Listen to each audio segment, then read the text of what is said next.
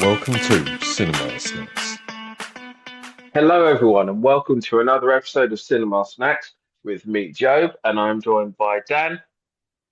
Who is here in body? And unfortunately, Scott is still away In the in land down his under. exactly in his flu boat. It used to be a U-boat, but he used to be sick in it, so flu boat. I guess that makes the most sense. I'm However, making this up on the fly. he will be back next time, so you will Yes. hear Scott's tones. So for those of you who misses him like me, he will be back. Joe can stop looking at the door, pining. Yeah, my wife is kind of confused as to why I keep doing that.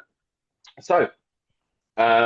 As a terrible idea that was made was I have been given the task for choosing the film what we're going to talk about today.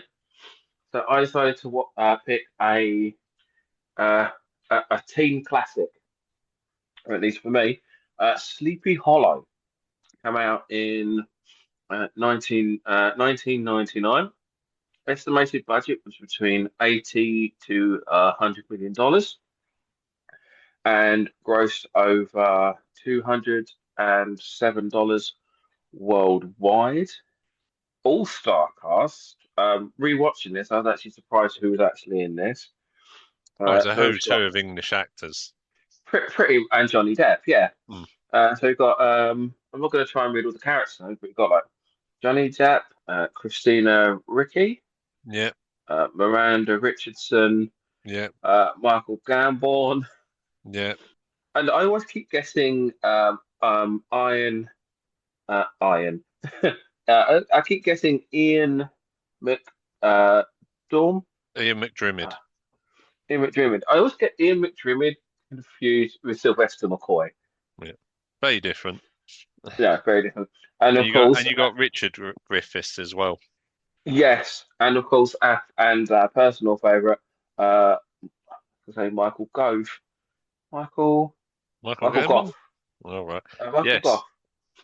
and Christopher Lee. Yes, and everyone else's favorite Christopher Walken, Yes, and star-studded cast. yes, and fun behind the scenes fact actually.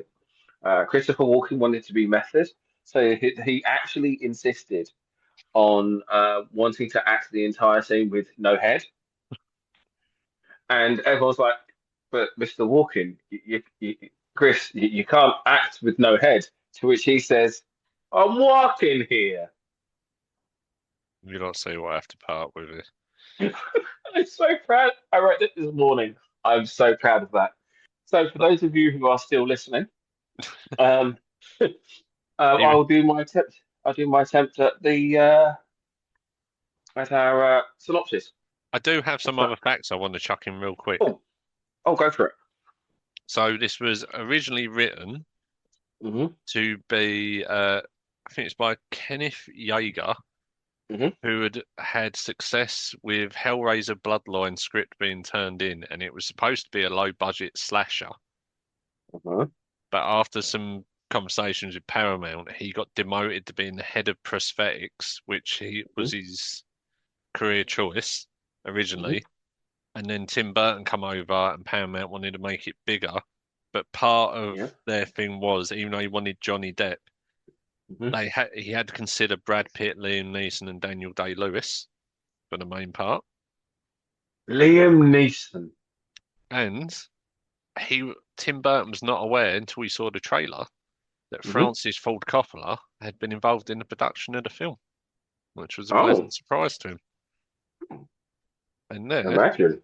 and Michael Goff had retired Hmm. at this point, but Tim talked him out of retirement to return one more time for him. One more time. So did this cut really? Because wasn't he also in Corpse Bride? I think this is like one of his last on-screen appearances, but Oh, he'd retired right. from acting physically at that point, but he tempted him back Ah, in. oh, There we okay, go. fair. That makes sense. So the film starts off in New York in 1799. We have a young Johnny Depp fishing out a body out of the river, to which everyone's just like, well, he drowned. And he's showing that he's a bit more curious about the reasons as to why, kind of going a bit more in depth, and no one really cares because it's them. It's pretty self-explanatory.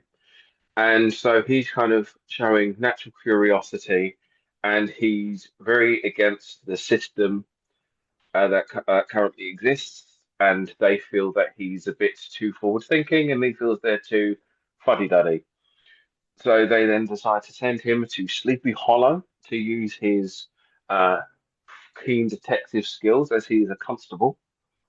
And On his way since, there, he's assisted by Danny Elfman score. oh yes, I forgot that. Yeah, I've written that in my notes. Yeah, Danny Elfman scored this, directed by Tim Burton. I knew it was a Danny Elfman score before I saw his name. That's what made me smile with that part. Oh yeah, that. But then you have a keen ear for the Elfman. Hmm. You're a Danny Elf fan.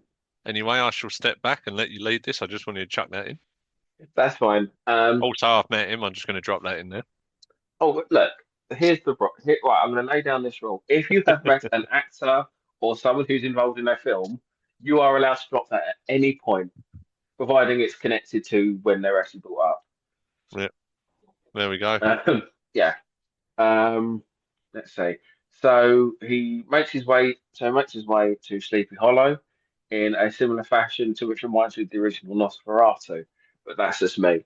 Um, then obviously it's similar to a Western. He's walking down the street and everyone's closing their gates, everyone's shutting their windows, and you do kind of get like a oppressive feeling throughout this entire film, and not just because it's Tim Burton, but but it actually feels like it's very atmospheric in this sort of case. So he goes into the hotel tavern bar, where he pretty much meets most of the main cast, and he winds up meeting having a nice meet cute with a blindfolded girl. Don't worry, it's part of the old-fashioned game that they do. Did at the time. Yeah, it's called Um, Blindfold the Young Girl. Blind Man's Bluff. It's so one of the things I've really enjoyed watching this film is there's so much folklore and kind of cultures of the time. I mean, they might not be very accurate now, but at least at that point, at least when this film was made, not a lot of films wanted really cared about this sort of stuff, but it does feel like there's a lot of uh, New England folklore involved in the making of this film.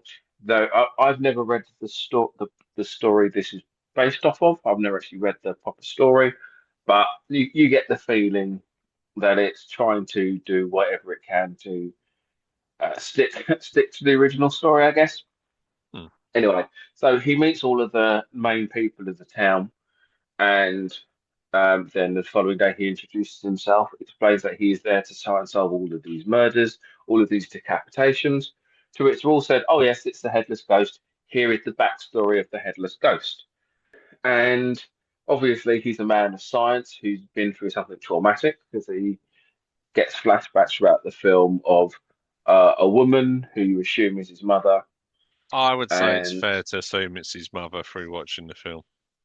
yeah, the fact that every time you see her, he's especially like 8 years old, Yeah, and he's got marks on his hands. which we find out But later in the film. Why?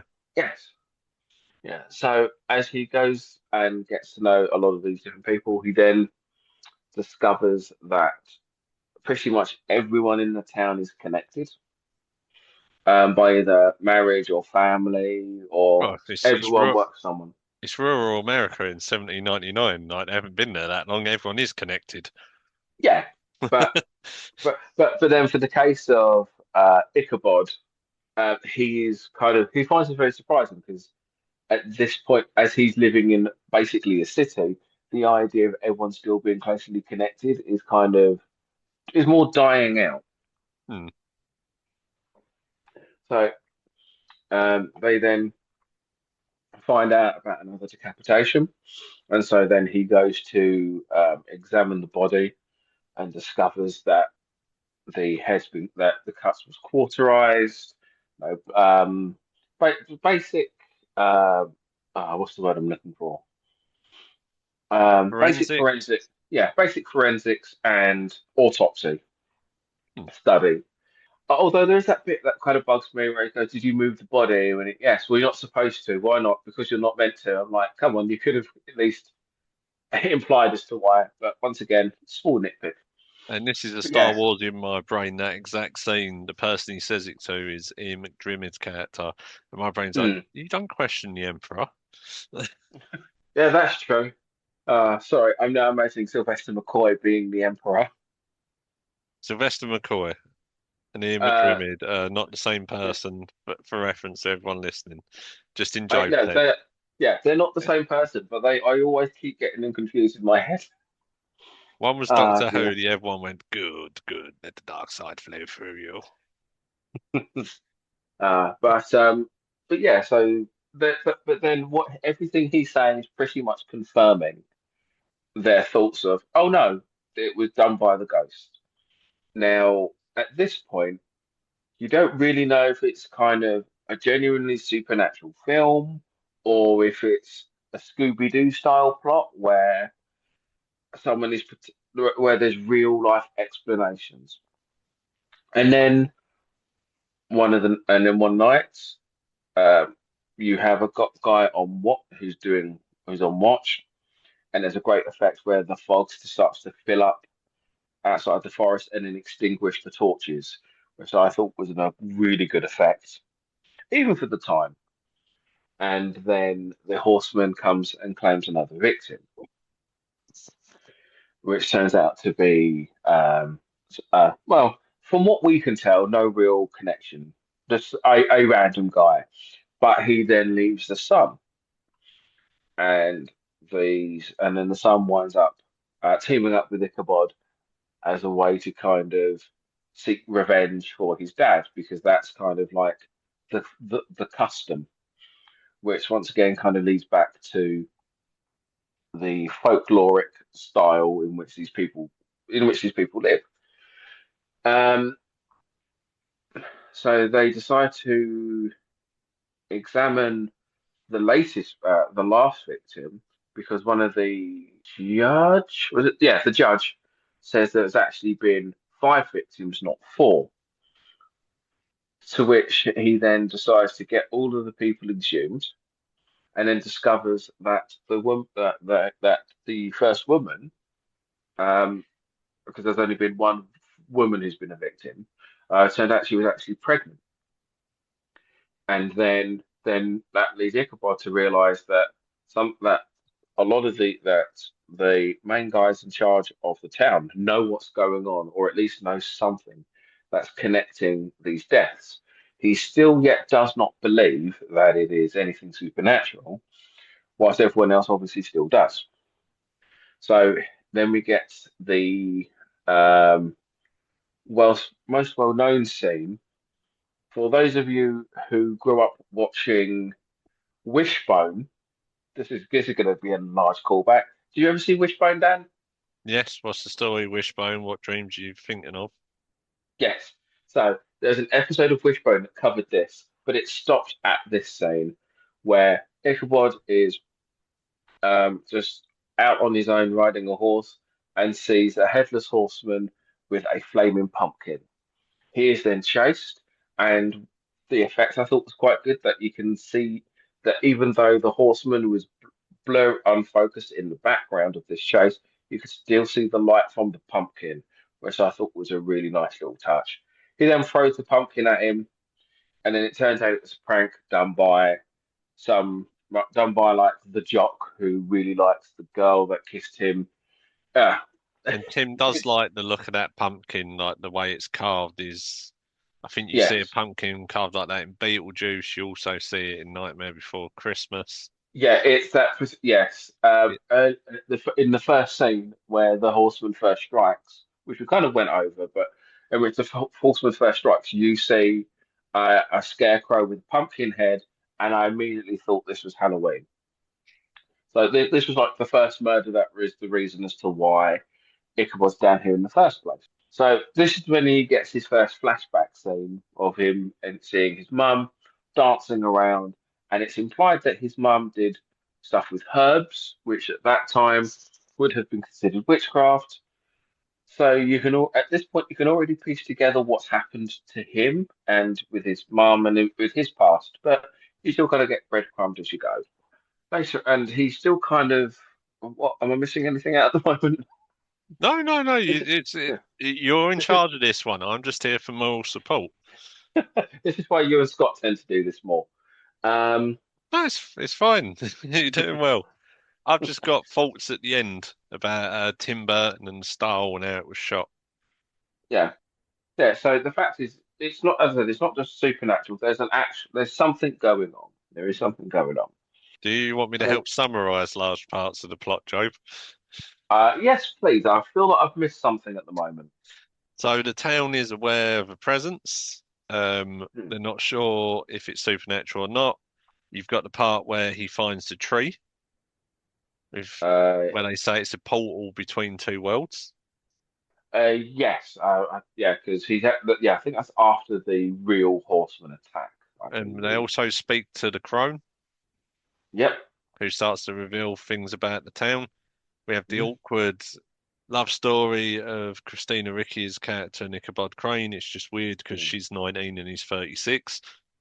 Yeah, but then given the era in which it's based, it's lucky that she was 18. And yeah, generally the rest of the film Hmm. is Ichabod Yes. slowly piecing together more and more with a scene Yes. stealing Michael Gough near the end of the film, Yes. So kind of I revealing it all. But he goes yeah. from forensics to detective almost at one point. Yes. I mean, to be fair, I mean, because his job is constable anyway, and he's an intelligent man, he's doing all of these modern techniques. And throughout this, obviously, he's talking with um, I can't, with the default love interest, whose name, Yeah, even though you just said her name, has completely Christina gone from Ricci, Christina Ricci. Uh, whose yes, character's name is uh, Katrina. Katrina. Yeah. So throughout this film, obviously, he's interacting with Katrina, who's doing very witchcrafty stuff, which once again at the time a lot of women would have done, basically kind of offhand, because that's the sort of stuff they would have been taught. Um, so he speaks to the judge who he spoke to before to kind of explain how he knew that this woman was pregnant, and he basically reveals that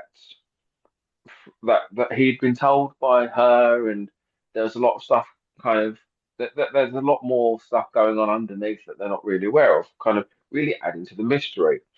To which the horseman then arrives and decapitates him, the judge.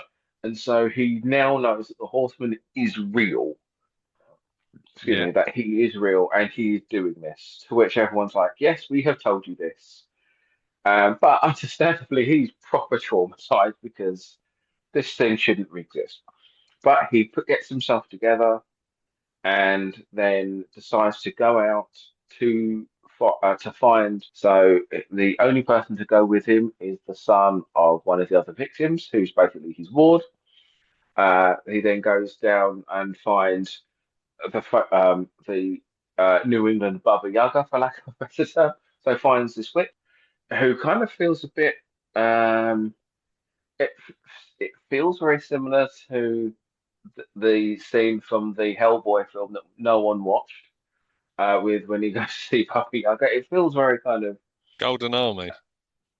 no, the one that no one watched, the one for like Oh, 2018. yeah, yeah.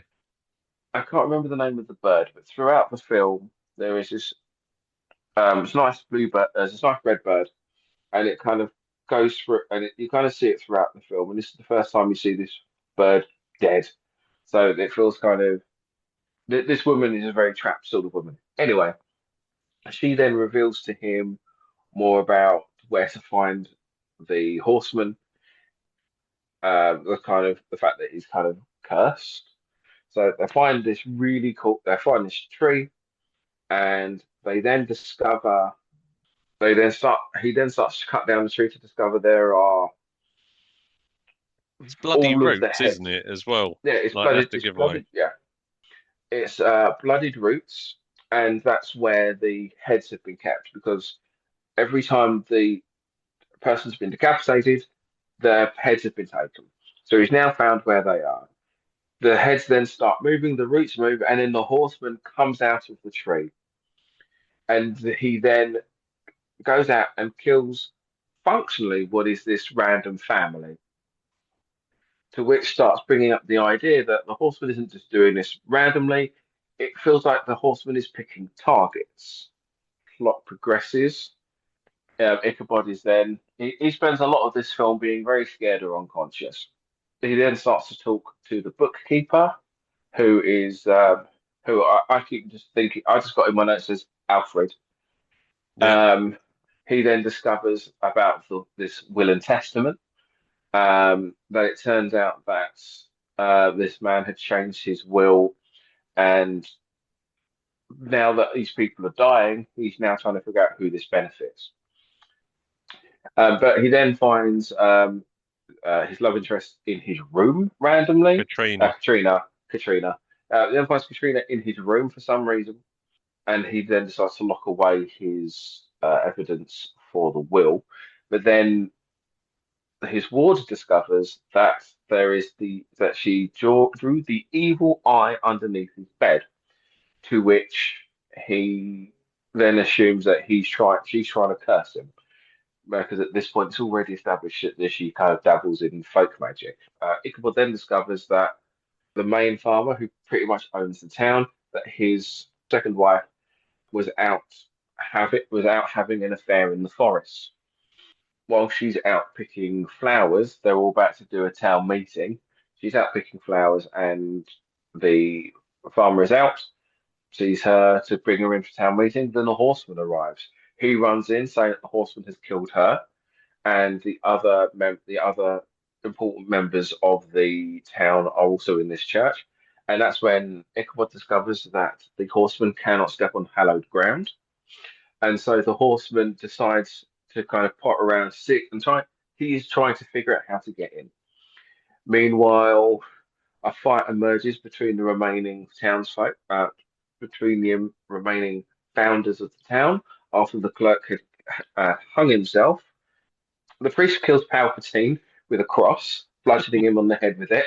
I can't remember the names. Meanwhile, the farmer then shoots the priest in the church, and he's trying to hold back everyone else from the walks up to the pulpit. Meanwhile, the horseman basically just gets a bit of wood from the fence, gets a bit of rope, throws it through the church, skewering him, dragging him out of the church, then decapitating once he's outside of the field. So he's not just an empty soul; he's a strategist. Uh, uh, You're doing well. Go on. Keep going. I can like it. And then Katrina then faints because she spends most of the film fainting, but you would also in those corsets to then find out she'd drawn the evil eye in the middle of the church. So now he thinks it's kind of her fault, and she's summoning the horseman. He then decides to leave because there's no point in staying. And with this toy he's got that you see throughout the film, that has a bird on one side and a cage on the other, he made the point earlier in the film that not everything is as it seems. Just because it looks like it doesn't mean that's kind of what you're looking at. As he's going past, he finds the decapitated body of the second wife, but then notices the cut on the hand that was established earlier is slightly different. He then examines the body to then discover that the cut was done after death, not during. So then he concludes that that's not the body of the second wife, and then deduces that she's the one controlling the horseman, using the head to pick who the targets are, because he wants his head back. So she is using his head to summon him to pick targets. Then you get a climactic windmill scene where I don't even have her name down. We're professionals, trust us.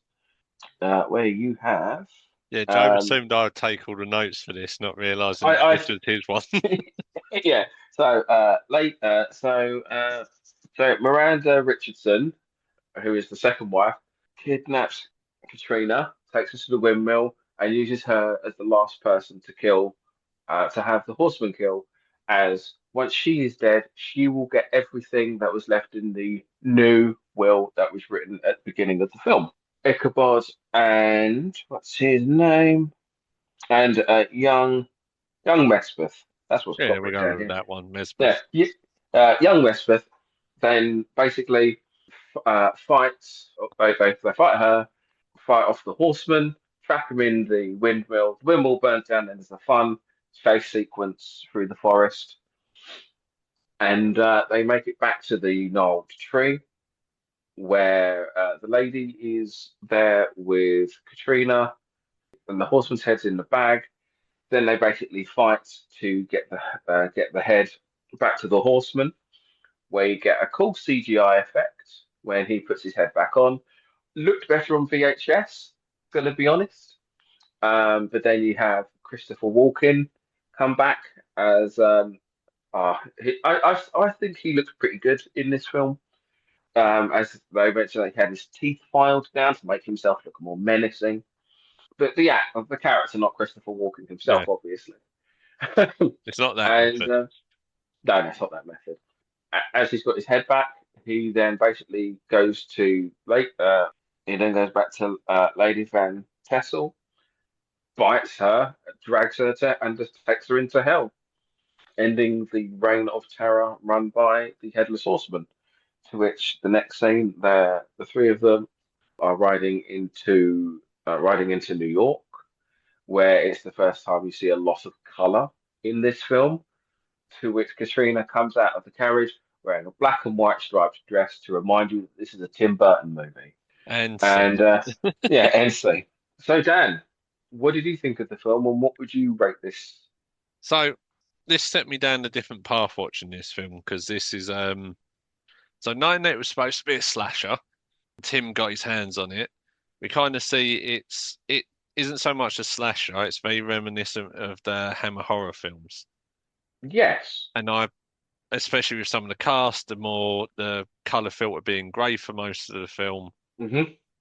And I think it shows an interesting point in Tim Burton's career because Tim is an auteur of, and I've read this before, German noir gothic films. That is what he drew a lot of his inspiration from.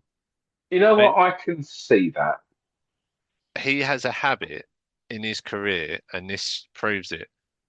Hmm. When he tries doing something outside of what he's used to, or his thing and it doesn't do well, he then goes back to making a very Tim Burton film. So the film before this was Mars Attacks. Didn't do critically Okay. well, so he went back to a kind of Tim Burton film where he's more comfortable. And Yeah. that's the danger in this film because it's very much a Tim Burton film. But he doesn't feel like he's giving it 110%. He's playing it too safe. Do you And mean like he's it just feels like earlier on Tim Burton films have like a quirk to them, a feel to them. Like anyway, it's kind of like there's just like an elseworldly part to it. This one just feel we're starting to lean more into Tim rather than the story for me. okay? So I find it an interesting. It's an interesting thing of Tim's career, and this is the first time you see it where after he's had a film not go well, he falls back into the Tim. And Mm. it's a film like you can see it's well paced and everything, and it's a problem that comes up later in his career where if he has a film not go well, you'll then suddenly get like an Alice in Wonderland because he's tried to do a smaller film and it hasn't landed, Mm. and so forth and so forth. So it was it was very to me it's the first Tim Burton film which is done with his kind of like vision, Mhm. which feels like there's no one trying to pull him back or restrain him. Which, if you love Okay. Tim Burton, you will love this film. But Hmm. if you've, like for me, it just felt a little too forced. Okay. There you go. That's my thoughts on it. For me, it's kind of it didn't feel too Tim Burton. It felt there was a lot of drips and drabs here and there. Because of the setting, everything kind of fits in for me. So no one felt a bit too over the top. in that regard. Although, once again, The Witch in the Cave, for example, that scene felt a bit, when she reveals her face, it felt a bit goofy. Yeah, nothing in this really screamed Tim Burton to me. I said there's like the costume design. Some of it did, like I mentioned the dress, but some of it, not all of it did because of the time in which it's set. So anything that was very Tim Burton, I don't think I noticed just because it's what I'd expect for the era, not necessarily the director. Mm. So, what would you give this out of 10? I would give it a solid 6. Okay. That that's my thoughts on it. It's just I feel Tim's best films are earlier in his career, bar one or two, which come a bit later. This for me was like Tim Burton version 2. This is the start of it, and this is one of the better versions of Tim Burton version 2. But that's my kind of feelings. Like as a film, it looks very Hammer horrorish. If you like it, that's a good aesthetic. It's a good film, but it just doesn't didn't it missed like the Edward Scissorhands, the big fish kind Hmm. of moment for me, Okay. where it feels elseworldly, but in a way where it's more heightened. Anyway, that's me. Hmm. It just missed a spark. I can't quite put my finger on it. So for me this is a solid 7. Not quite as good as I remember, but still hold. I think a lot of this still holds up. As we mentioned with when we talk about Ant-Man, I said that was very kind of family film. For me, this feels like I imagine I could watch this sort of film with like my 12-year-old niece who might get into like if she ever gets into horror. I feel that this is the sort of thing like early to mid-teens could watch and get into for a decent sort of horror film, but not being too much, but because of the decorations and aesthetics and stuff. But yeah, that's my thought. I reckon about a 7. We would ask Yeah, Scott, but Scott doesn't he's not like here. Tim Burton, so that's easy. Nope. Yeah, he said something to do with him being a hack. I don't know. Bit mean. But Well, we should do a Tim Burton discussion one day because I've got a lot to say about Tim, like good and bad. okay, maybe at some point in the future, I reckon. Yeah. In the meantime, I reckon those of you who've not been listening should listen to Dan's talk about Daredevil Born Again. I got it right this time. That's in our main feed. Really been enjoying listening to them. And if you want to follow us on the social medias, you can find us on Cinema Snacks Pod on Instagram and cinema.snacks.pod on TikTok. And if you like the idea of watching political satire stuff that I post, you can follow me on Six Comics, spelled SICX on Instagram and Blue Sky. And you'll be able to catch us all again on the next episode. And we'll see you then. Bye. Yes. We're very much looking forward. I am very much looking forward to the next one because we start Star Wars season. I just want to get that in. Fair enough. And We'll yeah, see you guys later. see ya. Bye.